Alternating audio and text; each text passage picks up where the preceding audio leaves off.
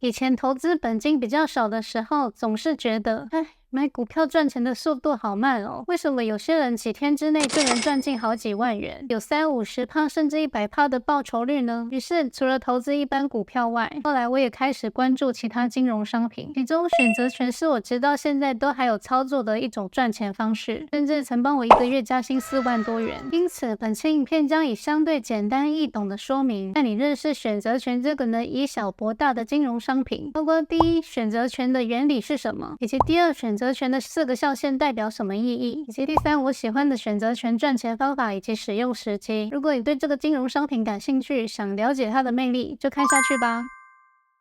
选择权顾名思义是一种选择的权利。简单来说，选择权的逻辑跟保险很类似。例如担心自己未来会生病、会住院，就可以买住院相对的医疗险。那如果担心旅游出意外，就可以买相对应的旅平险。金融市场中不外乎就是怕上涨买不起，或怕下跌资产缩水的人可以购买的一种保险商品。而在我们一般签订保险合约中，有分为买方与卖方嘛。卖方就像保险公司提供买方保险的合约，而买方就像是我们一般买保险的人，担心股市上涨或下跌的人会有购买需求。在选择权的世界中，我们可以当提供保险的卖方，也可以当买保险的买方。依照情况不同，我们可以适时选择不同的角色切换，买入符合自己当下需求的选择权。下午将透过2种情境，简单说明选择权世界中4个象限的使用时机，帮助大家先理解简单的概念。首先是情境1 Put。小华是个价值投资者，最近他看上一档很有潜力的股票 PSN， 目前价格是100元。小华认为也接近该档股票的合理价格，于是他打算在这个价位买一些入手。而另外一位小明已经是一位 PSN 的投资人，近期因为某些政治因素，小明担心手中这档股票可能会大跌，于是为了守护自己的资产不受大环境影响太多，他打算花一点小钱买入这档股票的保险。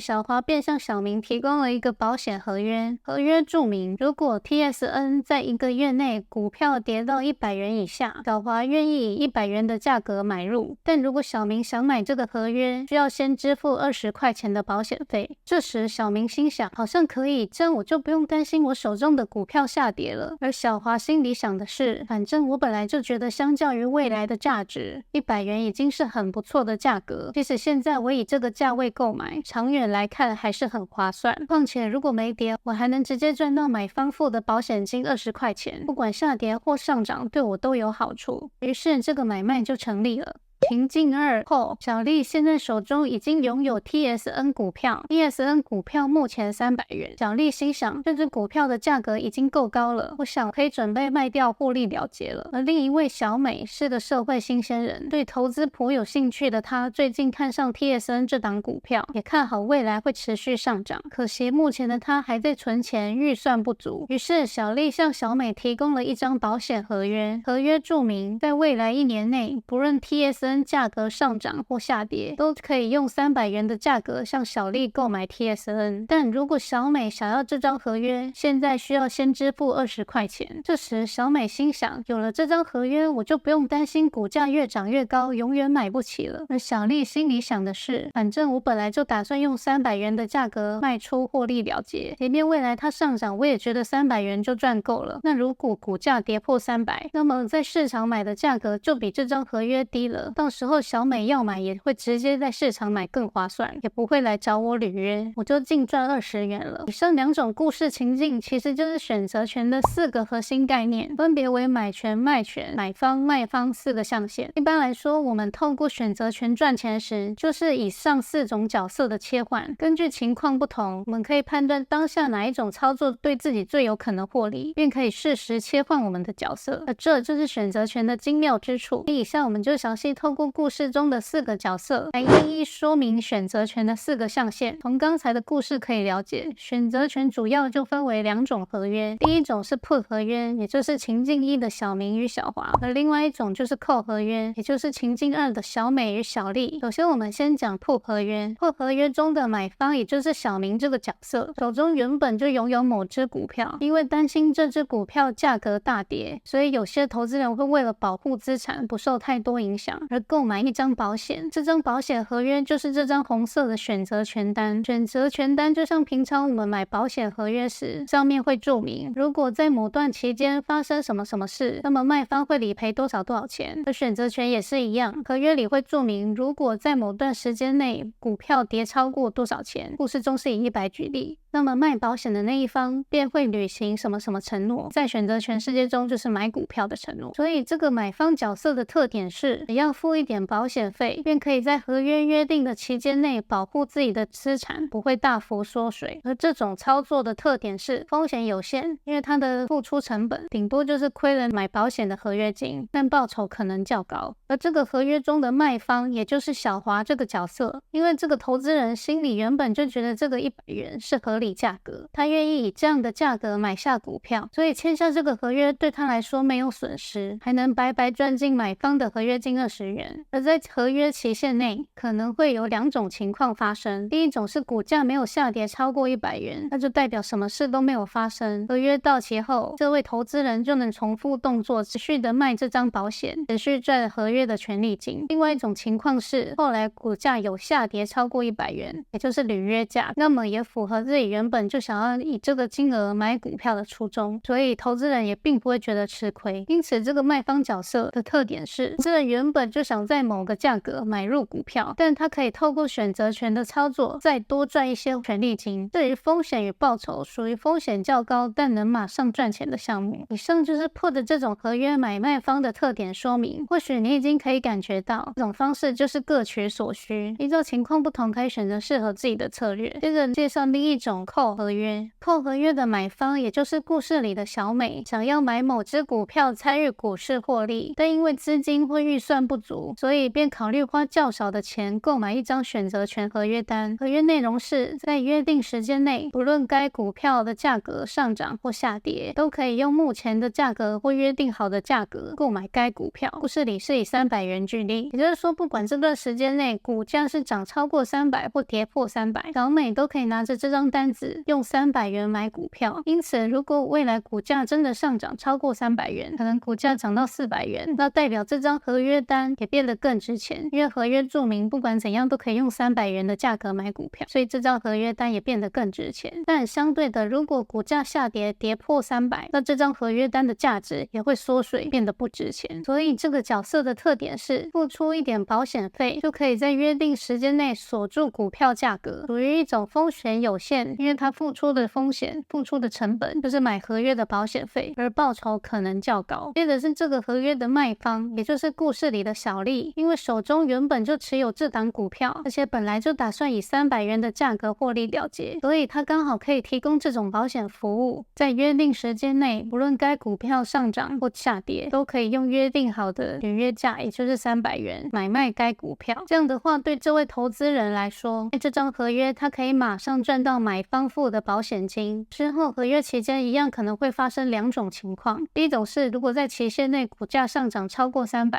例如现在上涨到310，那这个合约的买方很可能就会来找他履约。那么对他来说，虽然看似损失中间10块钱的价差，但请别忘记，他一开始原本就打算以这样的价格获利了结卖出股票，所以投资人不一定会觉得吃亏。而另外一种情况是股价下跌跌破300，例如现在市场价格下跌到290，那买方100%不会来找他履约，因为在市场买的价格更低，他干嘛要拿着这张单子来找小丽履约？所以买方一定不会来履约，不会来行使他的权利。那这位投资人便可以空手赚到这张保险合约的权利金，甚至在合约到期后重复操作，便可以重复的赚权利金。所以这个角色的特点是，原本就打算在某个价格卖股票，但透过签订选择权合约，可以再多赚一笔20元的权利金。而这种投资方式风险较高，但在合约买卖当下可以马上赚钱。这就是4种选择权可以使用的情境。看到这里，你现在的脑袋肯定晕晕的吧？你可能会想，听起来好复杂啊。那这4种当中，方你有没有比较偏好的操作呢？